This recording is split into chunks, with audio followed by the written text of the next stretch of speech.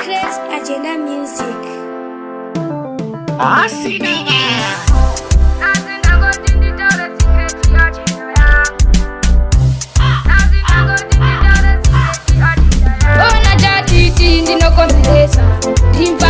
Notangita pressure ma eu tamarasa chindesa chatiti ndimbopai ona chatiti ndinokonzeresa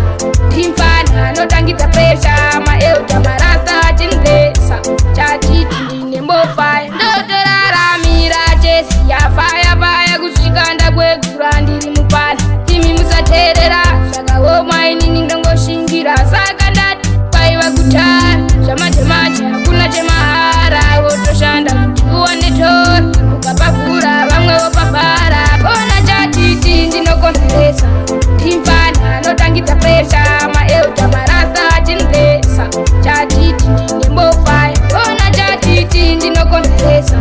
timpana notangita presha maeuta marasa chinresa chatiti ndinembofai bona takakura isu tichiinspire zviri zvekuchati chikwangwaya zvishoma ndizvo zvataiwana zvakawanda zvacho ndizvo zvataishaya nhasi ndangoti nditaure secret agenda yangu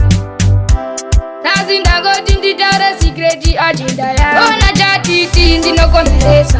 timpana notangita presha maeuta marasa chinresa chatiti ndinembofai ona chatiti ndinokonzeresa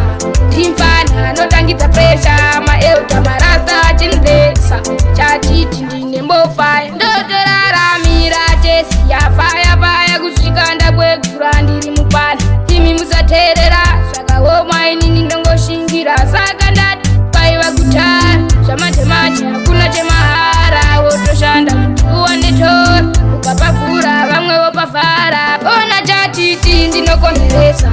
timpana notangita presha maeuta marasa chinresa chatiti ndinembofai ona chatiti ndinokonzeresa timpana notangita presha maeuta marasa chinresa chatiti ndinembofai ona takakura isu tichiinspire zviri zvekuchati chikwangwaya zvishoma ndizvo zvataiwana zvakawanda zvacho ndizvo zvataishaya nhasi ndangoti nditaure secret agenda yangu nhasi ndangoti nditaure secret agenda yangu ona chatiti ndinokonzeresa timpana notangita presha maeuta marasa chinresa chatiti ndinembofai ona chatiti ndinokonzeresa timpana notangita presha